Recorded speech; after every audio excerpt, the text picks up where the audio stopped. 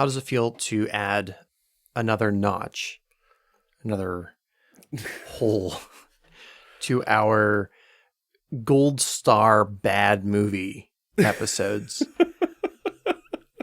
I went back through to see how many of the capital B bad movies we've done. Troll 2. And that's so bad that it's good. Right. Yeah. Right. And I think you could argue that for most of these. Yeah, I think there's definitely like a late night, midnight market for Mac and Me, I'd imagine, thanks to Paul Rudd. I think you could see Troll 2, The Room, and Mac and Me are all so bad it's good. Sure. If that's your thing. Maybe even... Why is it that we've now been doing the show long enough that I have a nostalgia for Battlefield Earth?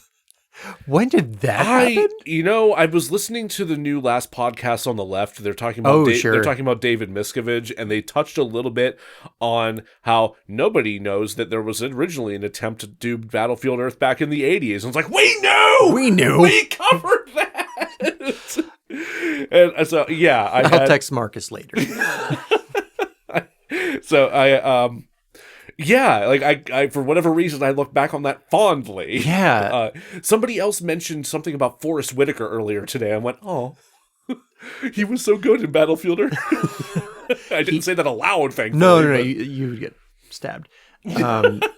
I've been playing Jedi Fallen Order, and he pops up for a hot second. Oh yeah, he does have a little bit of Saw Gerrera moment in there. And I was like, drink your sweet carbango, Saw Gerrera. And then, of course, we also did Saving Christmas, which is not so bad as good. No, that's just terrible. It hurts. Yeah, never again. So, I'm glad we got to cover this one. I honestly don't know what other really well-known terrible movie is that's left. I think we did the big ones. There's still some out there, I'm sure. We'll do some digging and find something fun for season 3. I mean, this director alone has also done Taming the T-Rex, which is maybe really? It's not as well known as Mac and Me. Sure. But it's... I've at least heard the title before. There's 2 cuts of it.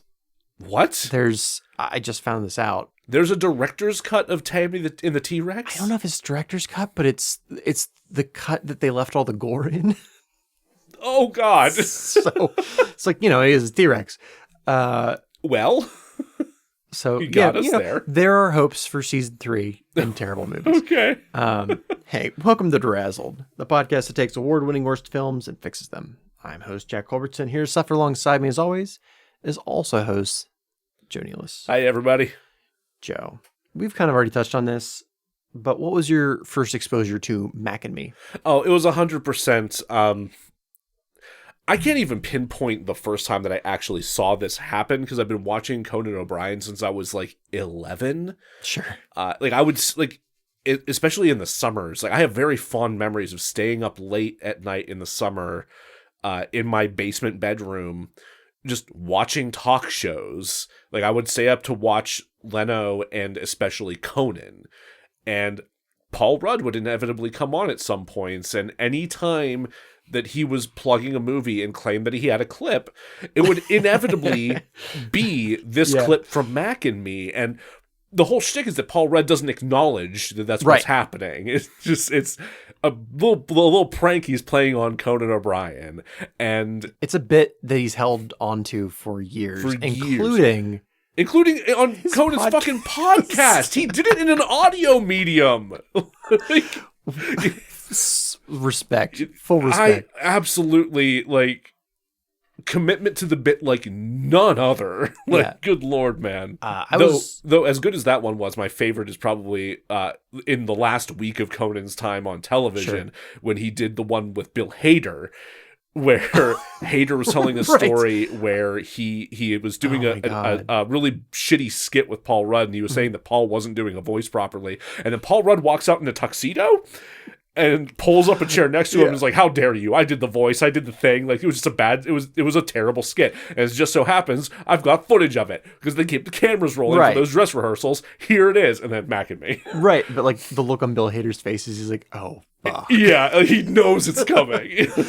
That was really good. I was aware of the movie kind of floating around in existence, but it didn't really same for me. Like I saw Paul Rudd showing it to Conan. Yes. I would have no.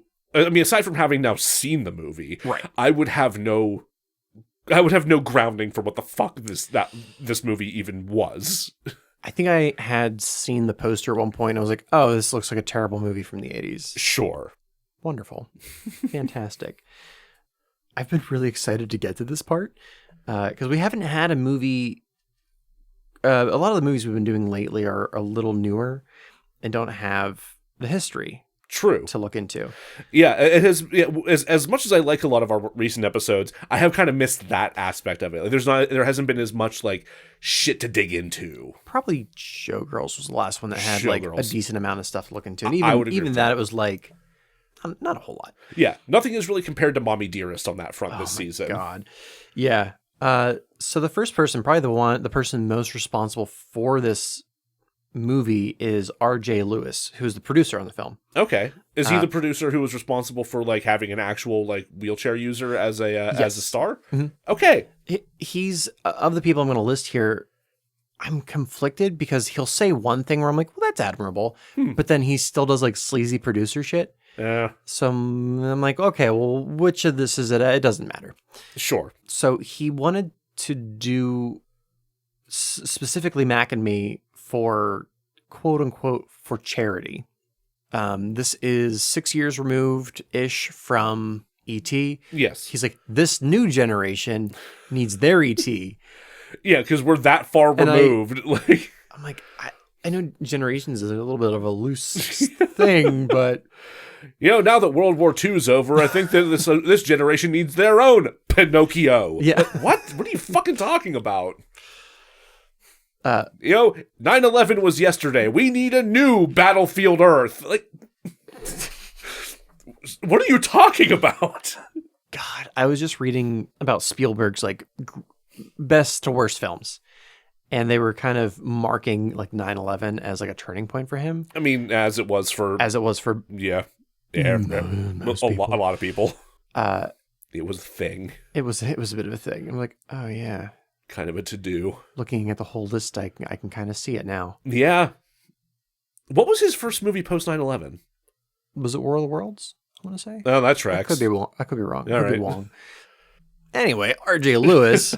So he already had a relationship with the McDonald's company. What was that? He had done a number of commercials for them. Oh, okay. Yeah, that makes sense.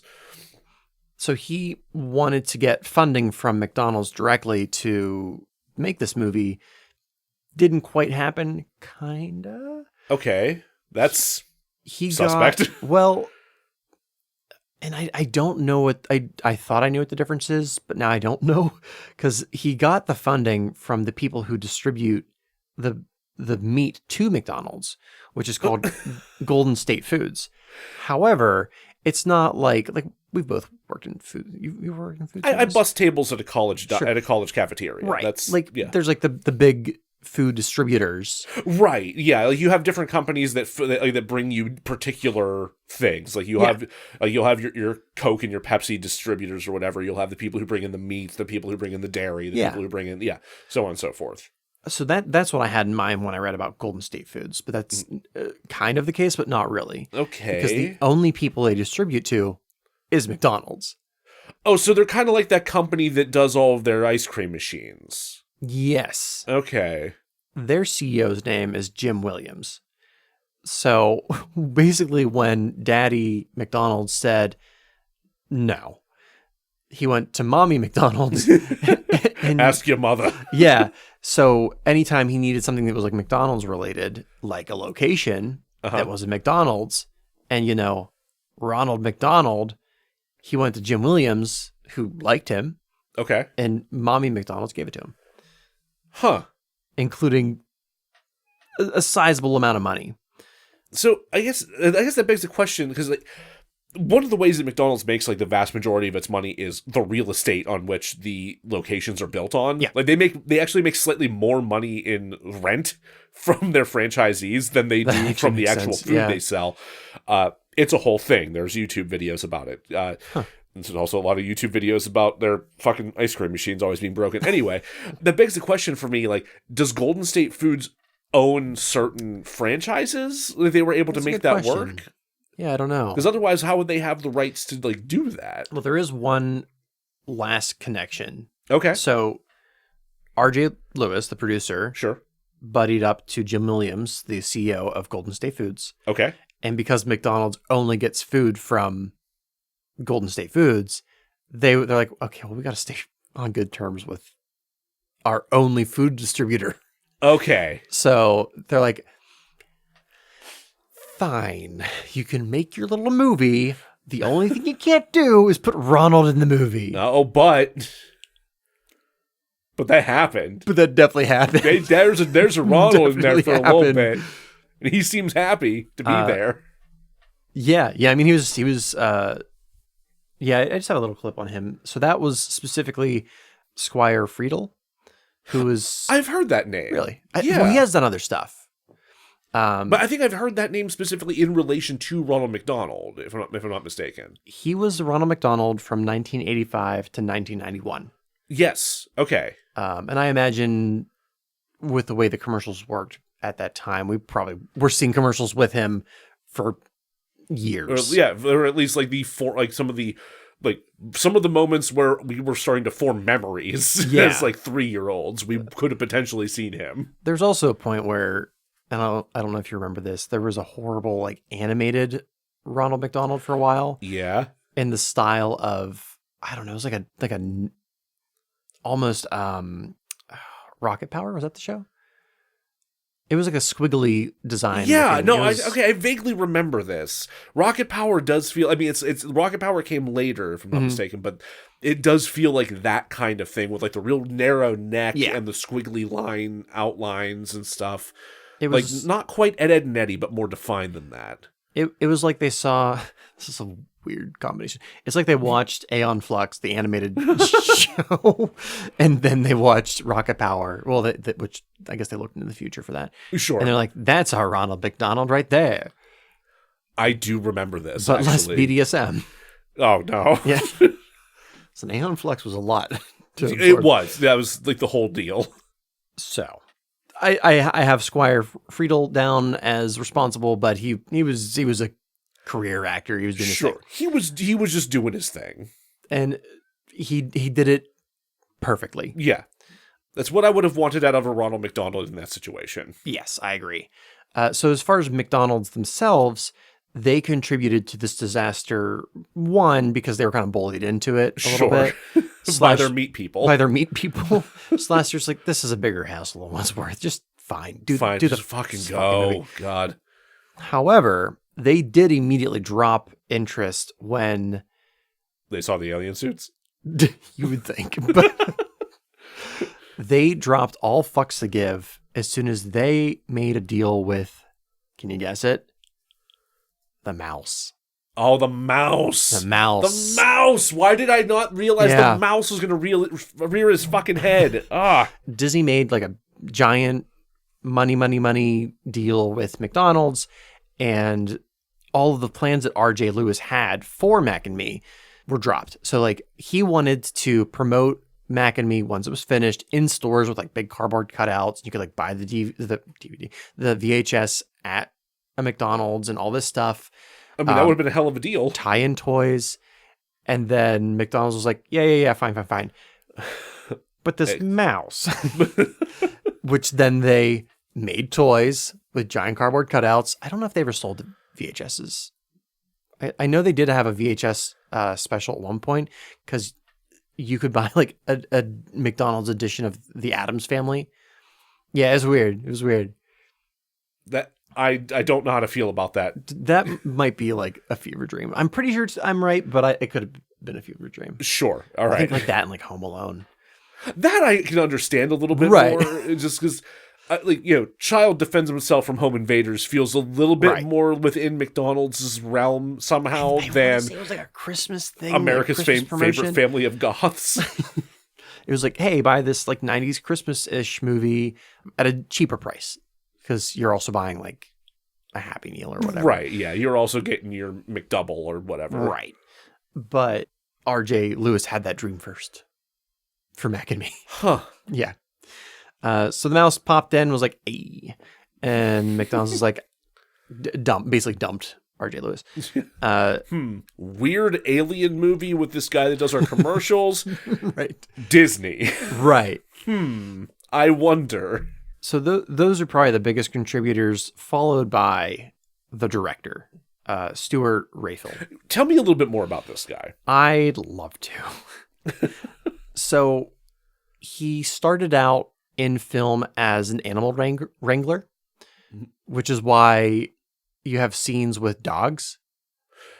Okay, that's how there were so many horses. That's why there were so many horses. Okay. And dogs. Dogs and horses. I forget. There was like a number of larger, like well-known movies that he'd been like the animal trainer on. But yeah, he's like, oh, you want an animal? We'll get it from Stu. He's got the horses and the dogs. Sure. I think some chimps. Let's not go there. Let's not go there. So, but he kind of graduated from that, moved on to directing a number of like smaller family films. So there was an actor that recommended him to RJ to direct this movie. That actor was James Brolin. James Brolin? What? Daddy of Josh Brolin. Josh Brolin. Yeah. What? He had worked with James Brolin on the 1981 film High Risk, which I've never heard of. No. But either James really liked that experience or really hated that experience because he recommended him. Like, you know what? Fuck this guy. Macking me. Right. This is what Rayfield claims. Because he claims one thing, the producer, RJ, claims a different thing. Okay. And this is a quote. I was hired out of the blue, and the producer asked me to come down to the office. So I did, and he had the whole crew there, a whole crew on the payroll. It was amazing. He had the transportation captain, the camera department head, the AD, the production manager. He had everything already hired, and I said, well, what's the script? And he said, we don't have a script. I don't like the script. You have to write the script. You're going to have to write it so quickly, so prep the movie and write the script on the weekends. What? RJ disagrees. What does RJ say? He disagrees. Oh, that's it? You don't have a specific quote. No. He says, no, that's bullshit. Yeah. He's like, we were like moving into production quickly, but it wasn't that like everyone was hired. And given both their personalities, I don't know who's to believe. My God. Yeah. I could not imagine being brought in for a project like that and being told on the spot, like, yeah, we don't actually know what we're doing. Make it up. And you can, as I was saying in part one, there are moments where I'm like, this feels like it would have been shaved off in like a third or fourth draft. Sure. Such as the children knowing that the Max family uses straws to drink Coke out of the ground. Yeah. Yeah, that makes sense. He probably wrote that scene before they shot it. I'd believe that. Another little addition to Mr. Rayfield. It's weird that we were just talking about this, but he was also affected by 9/11. Oh.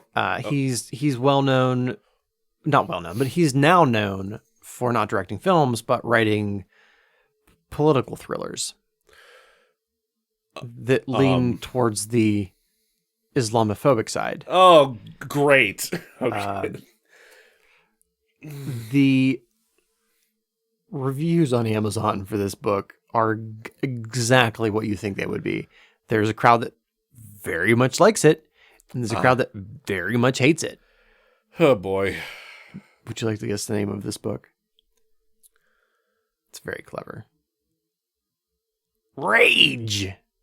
Just rage? Yeah. I was gonna guess something like hyper patriotic or something, but like no, just rage. I also hate that book that doesn't exist that you just named, but no, that's too creative. This one's called Rage, and I didn't save the interview, but he's like, yeah, certain people are gonna like this or not gonna like this because I take a stance. I don't sit on the fence. Maybe you should sit on a fence. Sit on the fence. Maybe like just you get your asshole lined up right over like the point of that picket fence and just spin. Just whee. Oh God. Yeah. Oh, good Lord. And that's all I have to say about Stuart Rayfield. Fuck that guy. Fuck that Apologies to guy. Steve Rayfield, whover he is. Yes, sorry, Steve Rayfield. You're fine. Maybe you're not. Who knows? Maybe you maybe you actually wrote like Star Spangled Eagles or whatever. The secret sequel to Rage. It's not actually like tied in, but it's in the same universe. It's in the spirit. It's fan fiction. Oh, why is that gross? I also want to bring up two other people that worked on this. That one I'm mad at, and the other one I'm like, I'm sorry. Okay. The one I'm sorry for is N. Brock Winkless IV. What a hell of a name. N. Brock Winkless IV. Yes. So that means there are 3 other N. Brock Winklesses in history. That is correct. That's astounding. Okay. I feel for him because this was his first job as a puppeteer. Oh, no. Oh, no. Like, God, I don't imagine there are that many jobs for puppeteers in general, and you get signed for this movie that's being financed by McDonald's. God. How excited he must have been. Yeah, like that's got to seem like such a break at the time, and oh man. He did it, and he moved on to better things. Okay, what did he move on to? He did a lot of the puppeteering for the Chucky films, the Child's Play films. Oh, wow. Mm-hmm. Okay. He did some work on Alien 3.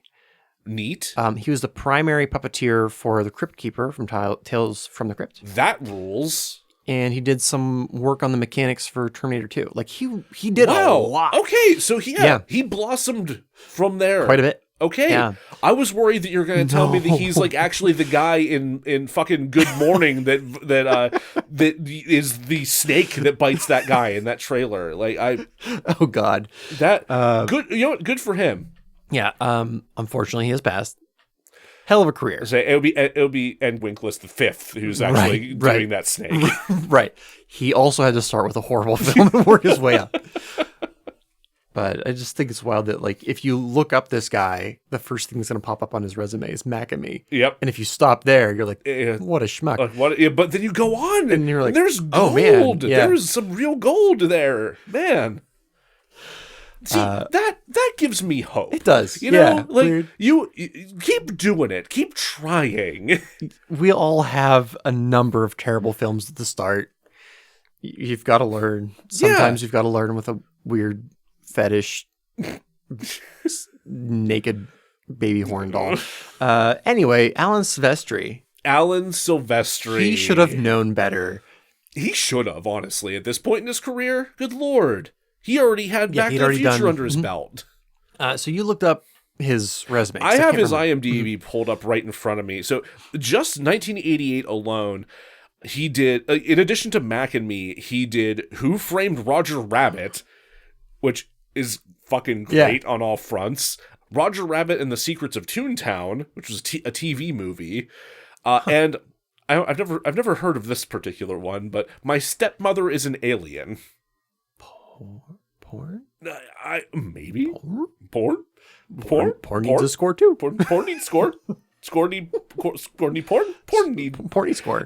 Porny score. I feel my brain putting all my melting. money. Just I imagine that as like a pony. Like I'm putting all my money on. Well, score. Dan Aykroyd is in this, so I doubt that it's porn. I hope not.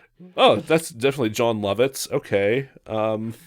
Kim Basinger. No, it's Kim Basinger's in this. It's not porn. It's not porn. A very young Allison Hannigan's also in this, and Seth really? Green. That's What's weird. This called? My Stepmother's an Alien. Okay. Yeah. Well, fascinating. I gotta watch. Anyway, he in addition to Back to the Future and everything that also we just named, he's also done The Abyss, Predator 2, Soap Dish, The Father of the Bride movies, the Super Mario Brothers movie. The good one. The good one. Damn right. I'm still going to see. Yeah, me too. He did some Tales of the Crypt. He did the 1995 Quick and the Dead and the 1995 Judge Dredd. He has a little bit more of a cartoony feel to him, a little more playful than some of the other. Forrest Gump, Lilo and Stitch, Stuart Little 2, Van Helsing, Polar Express, Night at the Museum. Unfortunately, 2007's Beowulf. Those G.I. Joe movies that came out in the aughts in 2010s. Captain America, the First Avenger. That feels like him, actually. Endgame. Ready Player One. So... And most recently, the live-action Disney's Pinocchio. Well... Another Razzie nominee.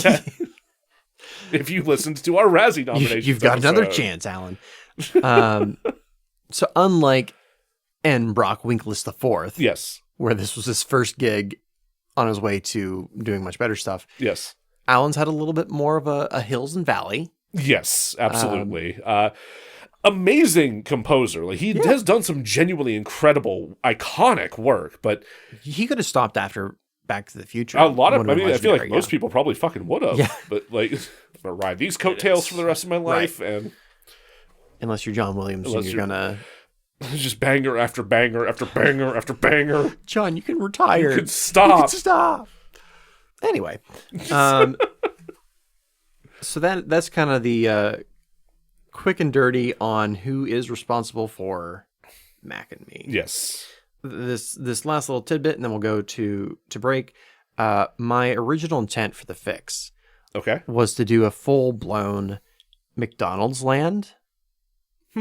Kind of either the alien is actually like a fry kid or something, like make the fry kids trying to like find their way to McDonald's, or almost like a Muppet movie where it's like Ronald and a bunch of the gang trying to like find a fry kid.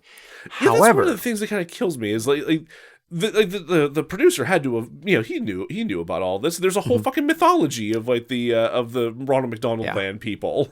And then I did my research. Oh. So it was a little bit before this that they shut down McDonald Land. Yes. As far as having this lore. And they did this because the people who were behind McDonald Land fucking stole it. Oh, that's right. I've heard about this. Wasn't it largely robbed from like HR Puffin stuff? It was. Yeah. Oh man. HR Puffin stuff sued. Yep. And won. Yeah, that'll do it. They're I think like specifically Mayor McCheese was so stupid. I wish I could like get the court files of like I'd read that brief. I would absolutely read that brief. But that was like the turning point. Like, yeah, Mayor McCheese was definitely ripped off. I remember watching a YouTube breakdown of this as well, actually, and there were some things that were just notably like, not even pretending that it was different. If I'm recalling correctly, they originally just wanted to have those characters, the characters from HR Puffin stuff, and those guys were like, nah. Yep. So I'll do it myself, except for. I'm just gonna steal it. Unlike Mac and Me, that was legally different enough from ET, we were not legally different enough from HR Puffin stuff. Yes. So they didn't start bringing back elements of McDonald's Land till like the 90s. Yes, I do remember some of that as a kid in Happy Meal stuff and in play places, but sparingly. They also they changed the designs up. Yeah, because they learned. Probably from Mac and Me. And they didn't bring back some of the more obvious characters. Sure. So my fix was not that. Fair. And now let's go to break. All right, we'll be back. Welcome back, everybody. Hey, Jack. You know, there's a little bit more that you probably need to look out for in this fix. It's not just HR Puffin stuff or the Fry Kids or the McDonald's Play World or anything like that. Did you know that Mac and Me is not the only 80s ripoff of E.T.? I may have smelled that somewhere. Smell's a good word for it. So I learned some stuff about a movie that came out actually 1 year before Mac and Me. So you're saying Mac and Me stole both from E.T. and whatever this is? Well, I'm not going to assume that anybody involved with Mac and Me could have possibly heard about this movie, because all of the shit involving this takes place on a different side of the planet, aside from like an actor or two. Sure. So, welcome to Laps Academic, a podcast within a podcast where I torture Jack with some more information that is weirdly relevant to what we're talking about here today. So before Mac and Me, in 1987, a little movie called Nukie was released. Directed by Sias Odendahl and Michael Paklepa, screenplay by Sias Odendahl and Ben Taylor, story by Sias Odendahl, starring Anthony Morrison, Sifue and Sifu Mlengjeni, I'm sorry if I butchered that last name, Steve Railsback, Glynis Johns, and Ronald France. It is hailed as the first and the worst E.T. ripoff. But in order to give you a better sense of like what kind of a shit show this is, I'm going to give you a quick synopsis of this movie here, but I'm not as scared of horses as Jack is. Okay. So we're going to play a little game called I see now. We're going to play a little game called Pavlovian Kissingers, where I'm going to give you this synopsis, and if it takes more than 5 minutes, Jack is going to play a part of a speech by one Henry Kissinger. Henry Kissinger, how the fuck aren't you dead? I also don't like Henry Kissinger. I know. This is not good for either of us. Well, I had to read about this movie. Okay, so. Well. All right. 3, 2, 1. Nukie and Miko crash on Earth and are separated, the former landing in Nairobi and the latter in America, where he is taken captive and tested by the Space Foundation. Not NASA, the Space Foundation.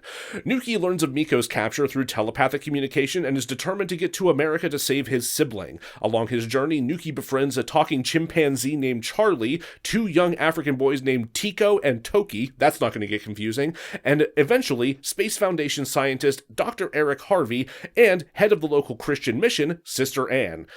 Tico and Toki, after being saved from a lion by Nukie, try to get assistance from their tribe to help Nukie find America, but instead they are banished because they believe Nukie to be a bad omen. Meanwhile, Miko befriends a supercomputer named Electronic Digital Data Intelligence, or EDI.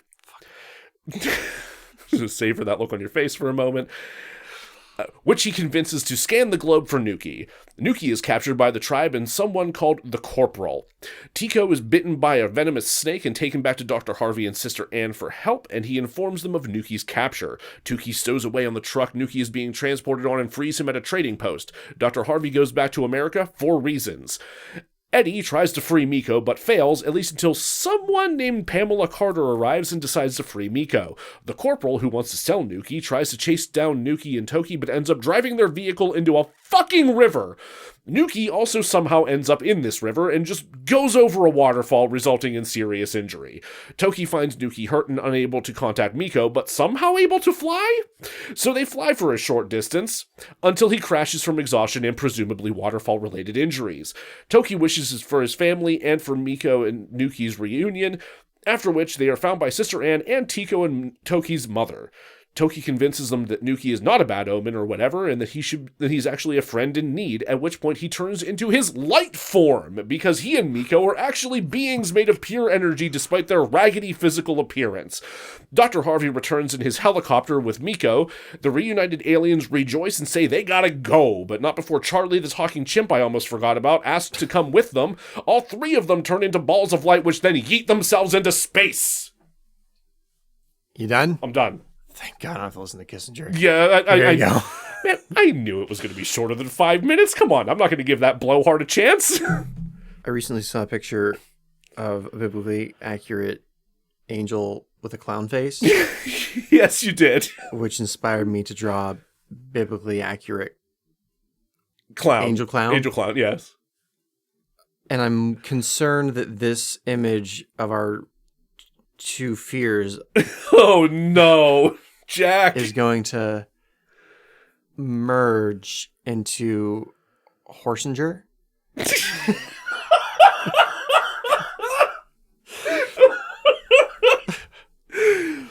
Horsinger? Like a Horsinger, but an evolved form that commits war crimes, but also has a cop on its back. Oh, sweet Jesus. Horse cops are the worst. Horse cops are the worst. Yeah, absolutely. Keep going. Okay. So, what do you think Nukie's score is, critic score on Rotten Tomatoes? 9. Trick question. It doesn't fucking have one because there's only one review. That makes sense. Yeah. But it does have an audience score. What do you think that audience score is? Audiences are the worst. 23. In keeping with last episode, you're short by 1. Really? 24%. And like I said, there are literally a bunch of reviews. Several. I lost count of how many pages I looked through. There's a bunch of them, aside from all the ones that are just like, this is so bad I cried. There are a bunch of them where like, this is the worst thing I've ever seen. 5 stars. Like verbatim, that is several reviews. What about IMDb? It does have an IMDb score? It does have an IMDb score. This is not a trick. I want it to be 1 point something, but it's like 2.9. Jack, you actually got your wish. It's a 1.7. Oh, good. That's the most relieved I've seen you in quite a while, actually. Oh, good. Okay. So why does anyone give a shit about this? So aside from the relevance in today's conversation about Mac and Me, Nukie was actually recently brought back into the public eye by the YouTube channel Red Letter Media. Most people know Red Letter Media because of their very long, very thorough, very scathing takedowns of the Star Wars prequel trilogy that featured their recurring character, Mr. Plinkett, who is almost certainly a serial killer. I've never watched this show, so this is all very confusing. Yes, that's fine. They also have a series called Best of the Worst, where they all sit down and they watch usually VHS copies of some of the worst movies ever made, and just, riff on them and comment on them and suffer. Things we can relate to in general. People have been requesting for years that they watch Nukie, but they just never did. But a lot of people actually went so far as to mail them VHS copies of the film, like repeatedly. Like a lot of people, a surprising number of people just owned VHS copies, or perhaps purposely found VHS copies to mail to them. They ended up with a collection of like 104 VHS copies of this goddamn movie somehow. I don't know how many that is compared to how many were made, but when you're creating a series of VHS tapes, is it a printing? Is it a pressing? Is it I'd assume a printing, right? Because you have to actually print the film. Yeah, kind of. It's like magnetic tape, but yeah, that's a process, right? I'll ask a AI robot later. Sure, that's fine. They might know the answer. Maybe I will. Yeah, I for one welcome our new robot overlords. So they did eventually watch this movie because they did a whole big video about the strange world of VHS cassette grading and auctioning. Yeah. Which, if you're not familiar with grading, it's usually a thing that's applied to comic books or other rare collectibles. But because capitalism and weird people with way too much fucking money and time on their hands, it's been extending into things that were mass market produced, like video game cartridges and VHS tapes. Like the reason that this video came to exist was because a copy of Back to the Future sold for $76,000 at auction, which they point out like there are no rare like error copies of this movie. There are no there's no version where Marty gets shot by the cops at the end. No, exactly. It doesn't do what Mac and Me dared to do. But yeah, it's sold cowards. It sold for an astronomical amount of money. So they were examining what the fuck is the cause of this? How does all this work? So in the process of them doing this, they actually did sit down and watch Nukie because they thought, it'd be really funny if we actually got a copy of Nukie graded, which they did, and it came out to an 8.0, the one copy that they sent out because they out of all their copies they picked the most pristine one. They also, of note, tried to send in a VHS of a fake movie, and the grading house, house or whatever, did catch it and be like, no, we can't in good faith give this a recommendation. But thank you. Good for them. Yeah. So it's not a complete scam, I guess. So after they sent this in, they decided, well, we'll try to auction it off, and we'll give all the money to charity. Which they did. They did auction off this graded copy of Nukie on eBay, and it sold for $80,600. Half of which went to St. Jude's Children's Research Hospital, and half of which went to the Wisconsin Humane Society. Which is incredible. Which is good great. for them. These are the same people that brought Morbius back into theaters a second time. Yeah, probably. But in order to inflate the value of this copy of Nukie, they decided an easy way to do that would be to destroy the remaining copies that they had. So they destroyed 104 copies of Nukie by throwing them into a wood chipper. And you have a very sad look on your face, which I do. Which I agree. Like I'm not one for the destruction of media. I believe this shit should be archived. Even something as asinine as this fucking movie. As long as they have, and this movie's problematic, and we will get to that. There are reasons for that. Yes. As long as it could have is been worse. What? We'll get to it. Fuck. As long as it's archived, yeah, and we have this study, would chip them all. Which there is at least one extant copy. I'd imagine more because it got made into VHSs somehow, right? And also of note, while they were throwing these copies into a wood chipper, they received another copy, which they then threw into the wood chipper. Along with the nice note that came with it. So with it, I also watched a little bit of them actually watching the movie, which is as close as I'm ever going to come to ever watching Nukie. I will not. It's not going to happen.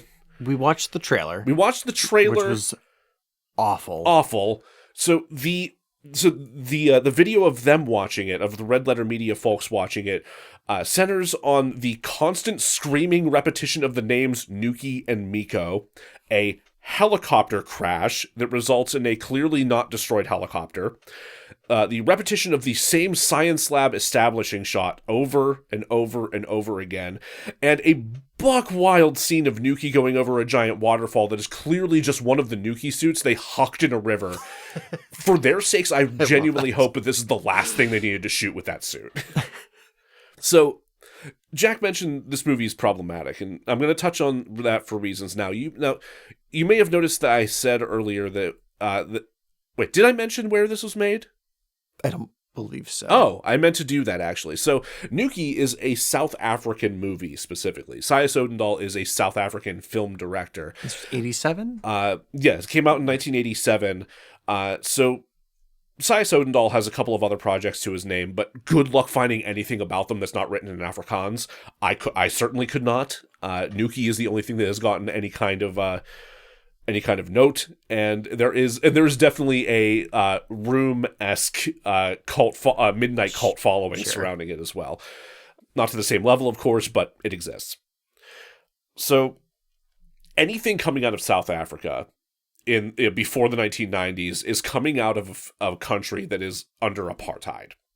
That is an important thing to note. It's a fucking downer. It fucking sucks. But that is ultimately informing all of the life and culture and politics of this country for half a damn century. South Africa operated under a system of apartheid from 1948 to about 1991, arguably 1994. I'll touch on that a tiny bit when I get out of this awful section. It's a system of racial segregation designed to ensure rule and supremacy of South Africa's minority white population politically, socially, and economically. Black South Africans, and also usually Indian and or colored South Africans. That was the official terminology. Finger quotes there. You can't see them. Yeah, there were finger quotes that I used there, but that is the official terminology that was used.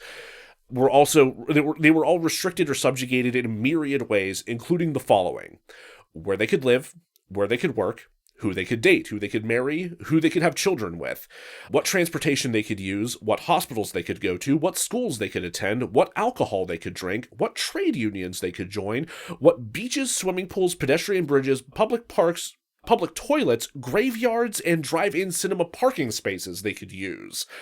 And in terms of theaters, black areas were completely restricted from having any theaters, while theaters in white areas were completely restricted from admitting black patrons. So, in a world like this, you're not exactly going to have the best opinions of black people if you are, let's say, a white filmmaker in the 1980s. Yeah. Apartheid was legally brought to an end in 1991, but was officially considered over in 1994 with the introduction of a new state flag and the first multiracial presidential election, resulting in the election of Nelson Mandela as the country's first black president, along with fellow black politician and ANC member Thabo Mbeki and former white president F.W. de Klerk serving as deputy presidents. Now, what the fuck does this have to do with Nukie, you might be asking? Great question!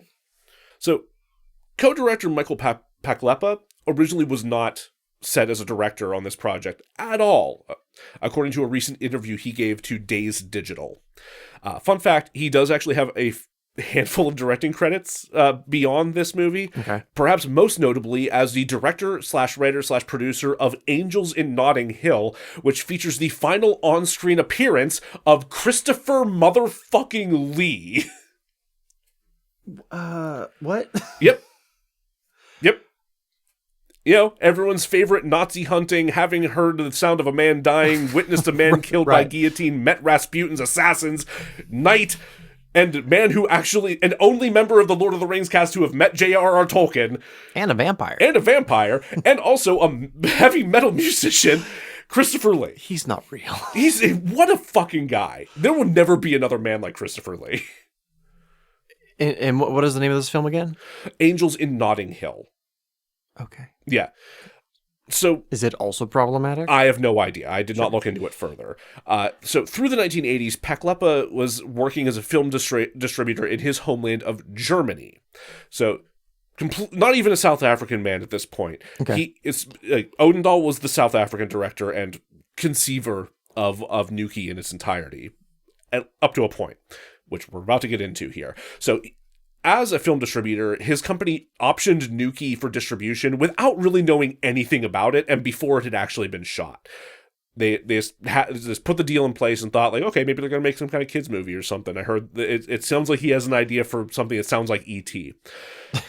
Yeah. Their reactions after first seeing this film, we thought we'd all die. There was no South Africa. There were hardly any extraterrestrials. We basically just saw discussions between a nun and a helicopter pilot who were going on and on about how stupid black people are or something. Oh my God. Imagine that again and again and again at extreme length and nothing else. Oh. When executive producer Gregory Cascante asked if Paklepa could fix these issues, Paklepa refused because he didn't want to step on Odendahl's toes and piss him off. Instead, they opted to edit out the quote-unquote unusable scenes with the explicit goal of making the film less racist. The resulted cut was 40 minutes long. Okay. Is that the cut that's been released? No. Okay. No. Oh, no. There's much more to this story, Jack. In order to flesh out the film for release, Paklepa convinced a small crew to go to South Africa and do some reshoots. They were greeted with unexpected warmth and enthusiasm, including from Sias Odendahl himself. They were like fucking thrilled to have help to come on work on this project. Okay. There was virtually no budget for these reshoots, very, very little money, and it was rife with other issues, which first, the alien suits. Yeah. So if you've seen the trailer for this, you notice they look terrible. They are haggard and ripped up and falling apart, and there may even be an argument for these fucking things being some kind of racist caricature. I'm not 100% sure. But the biggest issue with them is they're far too small. Yeah. They are entirely too small. They couldn't fit an actual puppeteer or performer in them. Like, usually a well-crafted animatronic suit will have ample breathing room so that a skilled puppeteer can move and use specialized yogic breathing techniques so that they're not, like, dying inside this fucking suit. Kind of one of the big reasons Doug Jones is able to do what he does is he's mastered a lot of these kind of techniques. Okay. Which, there's a story I think we've mentioned a couple of times where it was either on Hellboy or Shape of Water where a stuntman got into his suit for one take and had to be helped out of it so that he could rush out and vomit. The actors they were using in these alien suits were children because they were so fucking small, and they would start suffocating after 3 to 4 minutes. Nobody died. I will point that out. Nobody died. In addition to this, speaking of children, the two child stars, Sifwe and Sifo, the two black children who are following Nukie around throughout the film, at the point of these reshoots, had aged 2.5 years since the original shot. Yeah. So that's awkward. I kind of want to watch it for that alone. I mentioned, or rather, Paklepa mentioned that in the original cut there's no footage of South Africa itself. Right. So they did get a whole bunch of South African B-roll, which meant spending a lot of time just driving around to various areas in South Africa. And in the process of doing so, several people just fell horribly ill, including the director of photography, who at one point, Paklepa refers to it as a 40-degree fever, but he's talking Celsius. So it was a 104-degree Fahrenheit fever. Naturally, this production ran out of money before they could find the last location that needed to be filmed, which was the Space Foundation. They had no actual set for the exterior of the Space Foundation. Paklepa tried to get Gregory to shoot some random skyscrapers in America, but apparently that guy didn't know how to use a fucking camera, because the first reel that he sent came out blurry. The second reel that he sent came out completely blacked out. And the third reel that he sent disappeared from this plane of existence entirely. No one knows what the fuck happened to that film. So Paklepa was about to just say, fuck it, we're just going to develop the film without these location shots. But then some random camera guy who works at the camera lab goes, I know just the place. And he goes, and he comes back 3 hours later, and he's got the shots. These are the repetitive establishing shots that the Red Letter Media guys were bemoaning. There's just the same shot of the same area of this, like, vaguely industrial place. Sure. Like, maybe there's science done there. Who knows? Maybe they're just making plastic. Maybe it's actually a vacant facility that's completely out of operation. Animal testing site. Maybe it's an animal testing site. Who knows? Maybe there's porn shot there. Who fucking knows? Whatever it is, he got a whole bunch of different shots of it. Right. Possibly with some day for night going on over a couple of them. Guys, please don't. He did it in 3 hours, man. I don't know what to tell you. You know, that's fair. Paklepa had no idea who this guy was before this event, and he never saw him again after. I was going to say it was Christopher Lee, but he did see him again. He did see him again. Right. Yes, we know for a fact. So it could not be Christopher Lee. But anybody else. Could have been anyone. Other than that, though, we can't really rule anyone else out, can we? This is such a bizarre story. The completion of all of this footage altogether took 9 months, which is 3 times as long as they expected, and multiple trips to and from South Africa. This was not done in one go. They had to convince this team to go back again and again and again, Germany to South Africa. In the end, Paklepa's distribution company refused to release the film. And they dropped Nukie unceremoniously onto television. After some point, it eventually clearly got put onto VHS and released in some fashion, because someone had to have found out about it. It may well have been sold to about 26 countries after this point, but he's not entirely sure. His thoughts on the project itself: we thought we'd made the worst film on Earth. It's something I'd never done before, and I'll never do it again. He actively refers to it as the most wrong gone thing I've ever done in my life. Oh, shit. And when asked about the Red Letter Media VHS auction, he said, "It's funny. It's nice. Why anyone would pay a fortune for Nukie is a mystery, but at least it was good for something." Okay, so he's got a good attitude about it, kind of, sort of. Got a pretty good attitude about the whole thing, all things considered. That's Nukie. That's everything that I've got on Nukie. I went through so many feelings. It's a bit of a roller coaster. It really is. I'm fascinated. I kind of want to watch it now. I don't.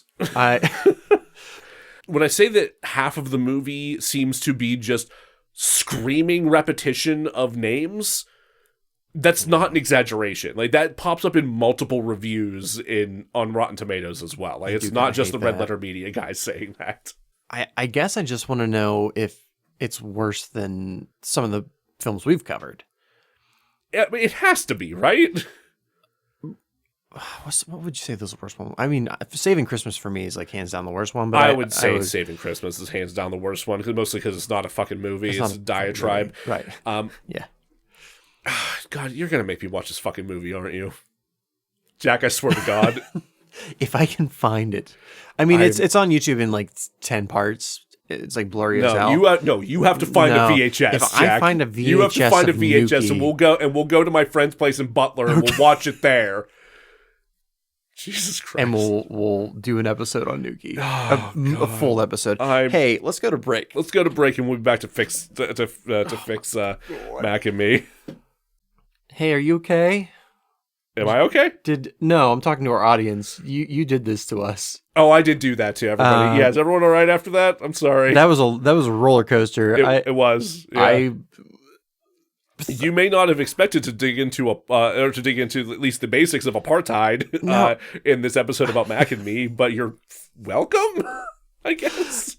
In my notes, in my script for this episode, I just have blah blah blah racist director Nukie. Then I fixed the movie. And then that one word turned into like a 30-minute section on apartheid. Yeah, it sure did. And not just on apartheid. No, not just on apartheid. But a wild movie production. Yes. Hey, let's fix some I almost said Nukie. Let's fix some Mac and me. Let's fix Mac and me. So, as we've done in the past, we've kind of shifted from a full length script of a fix to more of an elevator pitch. Yes. I want to keep the name the same. Oh no, I didn't. I lied. You changed the name of the film to Big Mac and Me. Oh, man, you're just making it more on the nose. Well, I was like, I'm going to lean into it. Sure. Because I hate it as it is, and I've only ever heard it referred to as a 90-minute commercial.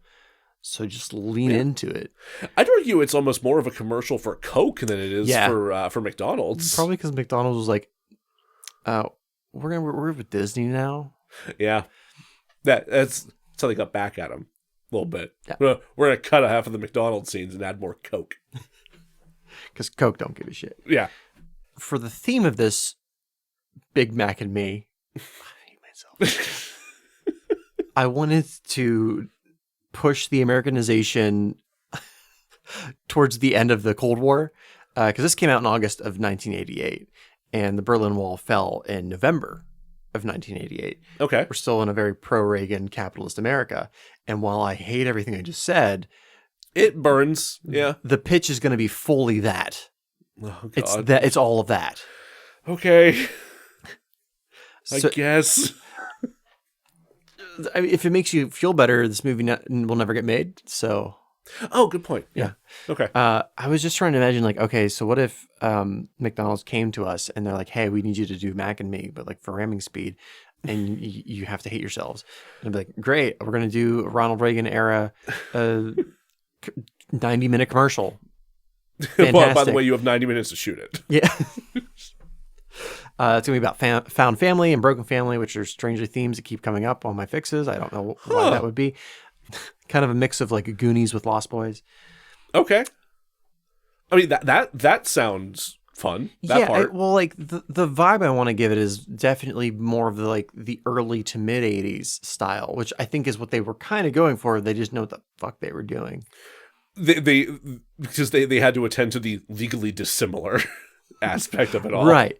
And to kind of sell this to McDonald's, and this was put out by Orion. I don't think I said that. I do remember this being an Orion film. I think I saw that and immediately messaged you like, "This is an Orion movie." I think they are back in some fashion. I think you're right. Yeah, though it'll never be the golden days of RoboCop.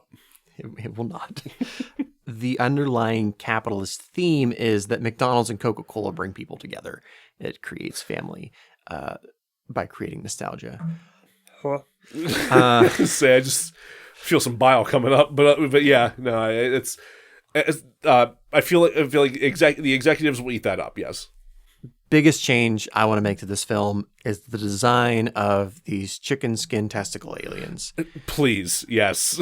What would you do differently there? They're going to be rounder, circular, because circles are a friendly shape as opposed to jagged and scrawny. Yeah. Circles are I mean Kirby is basically a ball and he's friend shaped. Yes, friendship. I remember watching this video on animation styles, and when they want to show a character that is friendlier, they draw with a little more like rounded edges. Yeah. There's not sharpness to him. You want to know that you can hug this guy, and he's not going to stab your innards. Which is why I'm giving him fur. Fur and a tail. Oh, a tail. Kind of a mix between a chimp, cat, and E.T. There will be no glowing heart or stretchy neck. That helps. Okay. E.T. scared the shit out of me as a child, and probably led to me distrusting the government a little bit. Good. I mean, that last part, yeah, that's fair. Well, you've watched the cut where Spielberg replaced all the guns with like flashlights and walkie-talkies. The walkie-talkies and shit. Yeah, that's real. Now, you were right the first time around. Yeah, oh, absolutely. A couple of changes to the plot. Instead of I guess they're not Martians. I don't know what they are. The aliens. Cochians? The Cochians. The Colaites? Strawman. Sorry. The aliens. Instead of them getting like hosed into the robot ship. That was fucking weird. It was weird and not explained. They stow away in the ship. Huh. I think that would have been a lot easier to do, actually. Cut down your fucking effects budget a little bit. And they are specifically sent by the Council of Furry Ball Aliens to investigate Earth. Okay, so they're not just like stranded here because they got haphazardly caught in a vacuum. Correct. Okay. Yeah. The satellite or whatever was arrived on their planet. They're like, okay, well, now we've got to check out to see if these guys are okay or not. Sure. They follow them back. Their intention being that they go as a family, so it's Ma and Pa and the kids, to assimilate into American culture. Oh, so they're going to try and blend in right away. Yes. Interesting. Okay. And to do that, well, Mac's going to disappear in the same way. Like, shit hits the fan. He goes running off. They get separated. He gets separated. The remaining family shaves, so they can blend in with the. So that's going to be real weird. Appearance is weird on purpose. So when they shaved, do they then look like the awful monsters that we know from the movie as it is? Yes, but not with that mouth.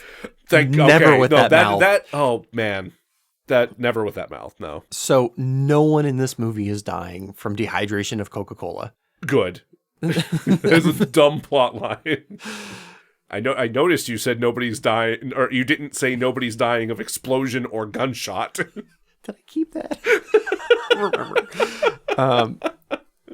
I think this is a plot where I kind of like built the ship and sent it on its way. Okay. I'm like, figure it out. Mac is not dying. He just misses his family.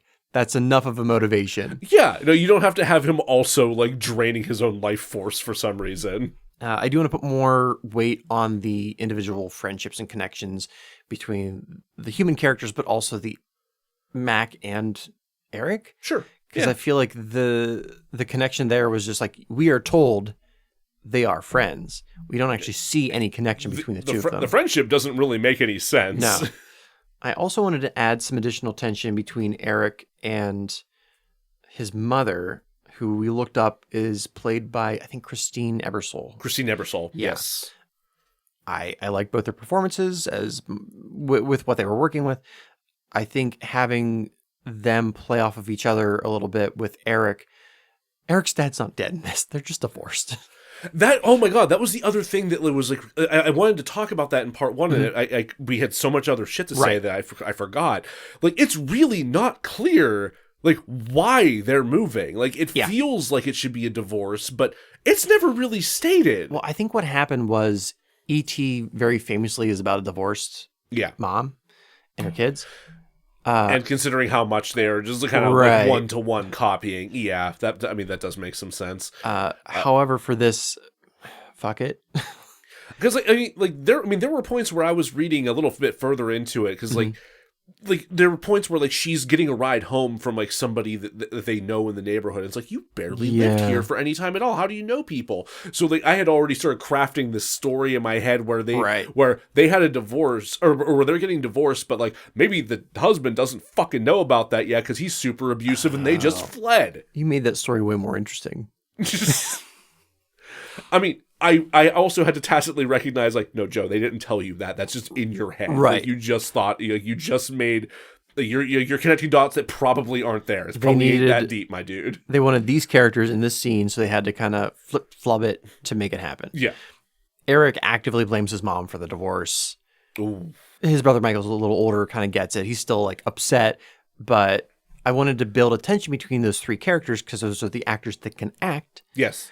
And then when Mac, the furry ball creature, comes in, Eric feels like he can have a friend to relate to all on his own. Okay. Who he can kind of confide in and like have feelings with.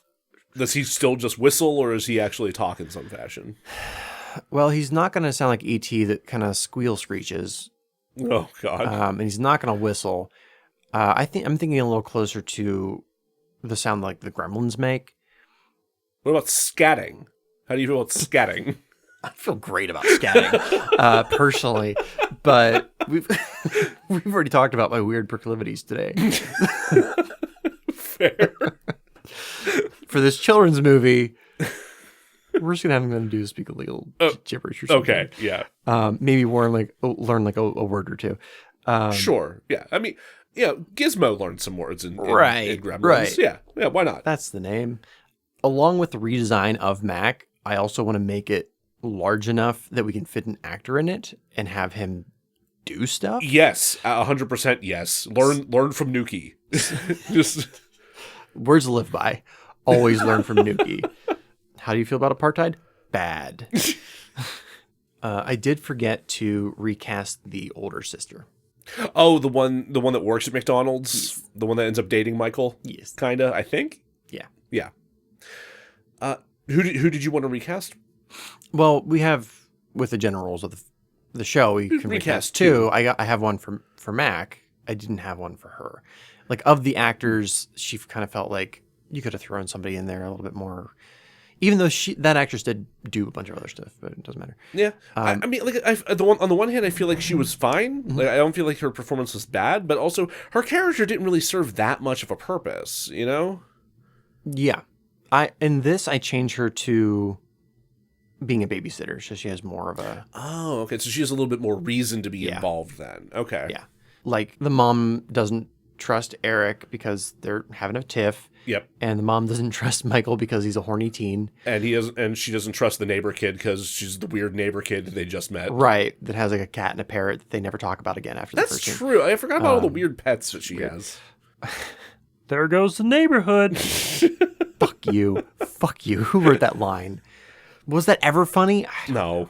So for Mac, I wanted Ed Gale to step in. Ed Gale. Yeah, do you remember him? We've talked about him before. I remember that name. Where do I remember that name from? Remember him from Howard the Duck.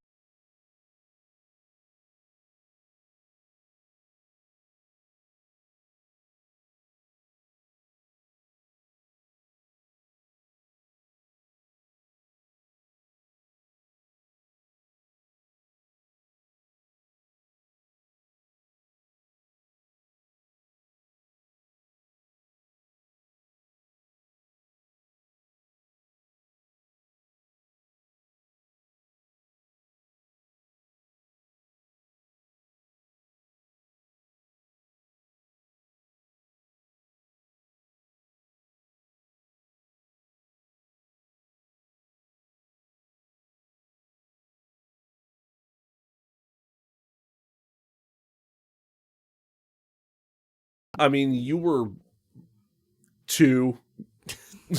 I did watch Eureka's Castle, but that was a puppet. I loved Eureka's Castle.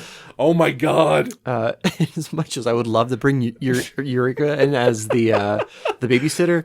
The additional puppet characters would be hard to explain. Right. Then you have to deal with Nickelodeon. Oh, God. They already snuck Ronald McDonald in there illegally. Yeah. Right. Anyway. That's weird. I have in here that I cut the older brother. Actually, I like him. So I'm gonna have don't cut Michael. I'm gonna have him getting a job at McDonald's to get closer to the sister. I like that. That feels like some 80s teen shit right there. Yeah. And the nostalgia comes in, the nostalgia with like McDonald's and Coca-Cola comes in because Eric and his father, their thing was to go to a baseball game, which explains all the weird Cubs paraphernalia. Okay, yeah. And then go to McDonald's afterwards. So when Eric's bonding with Mac, Eric takes him to McDonald's to kind of like share him like, this is my love language. It's heart clogging things. I like that a lot more than just the like, we're going to a birthday party, I guess. Let's right. go. Yeah. That terrifying teddy bear suit. That's awful. As far as like the mood and style go, it's gonna be E.T. but a little sillier. It has to be because it's so fucking stupid. Yeah. But you got to lean into the fact that it's gonna be goofy. Like, just accept it. So as far as the ending goes, after what happens to the Mac family with them being chased by government agents, the aliens decide it's time to send in the Armada and blast these filthy humans off the face of the planet. Natural reaction. However, I think so. But the thing that prevents them from doing that is Eric and Mac and their friendship. And that saves the world. That saves the world. It's friendship. Saves the world. And honestly, the family, having grown up in Reagan's America, really love their experiences and want to be here. Yeah. Yeah. Yeah, naturally. So the Armada's like, hey, we'll hang back for another day. Or another movie. Mac will be back. Mac will be back in Mac 2 Hamburglar's Revenge. Oh, no. Robble, robble. That one, the apocalypse does happen. Yeah. Directed by a young and naive Vincent Gallo. Oh, no. Fuck. Let's end this episode. I have some nightmares to go have. Thanks for joining us, everybody. Oh, God. I had a lot of fun with this one. This was fun. So Wayne... A return to form. Yes, a return to form. Thank you. So, Wayne, thank you for suggesting this. I hope you enjoy these episodes, and I hope everyone else enjoys them as well. If you did, please rate and review everywhere you possibly can. Apple Podcasts, Spotify, Good Pods, Stitcher, wherever you listen. Please do that thing. It helps people find us, and finding us is good. If you want to follow us on social media, you can do so on Twitter at DeRazzledPod, Facebook at DeRazzled Podcast, Instagram and TikTok at DeRazzled_podcast, and you can email us at DeRazzledPodcast@gmail.com if there's something you'd like to see us cover, or something you'd like to see pop up in our Redbubble store, or if you want to reach out and talk about a collaboration. How do you feel like the Plague Dog should have ended? Oh, Jesus Christ. Yeah, let us know. How do you think the Plague Dogs, the other disturbing movie by the guys who did Watership Down, should have ended? I want to hear rabbits scream and fight each other to the death. God damn it! Did you enjoy that? We'll be back. Please join us next time. We'll be sure to razzle dazzle. Christ! I was gonna watch Come and See, but I was like, no, that's even too dark for me.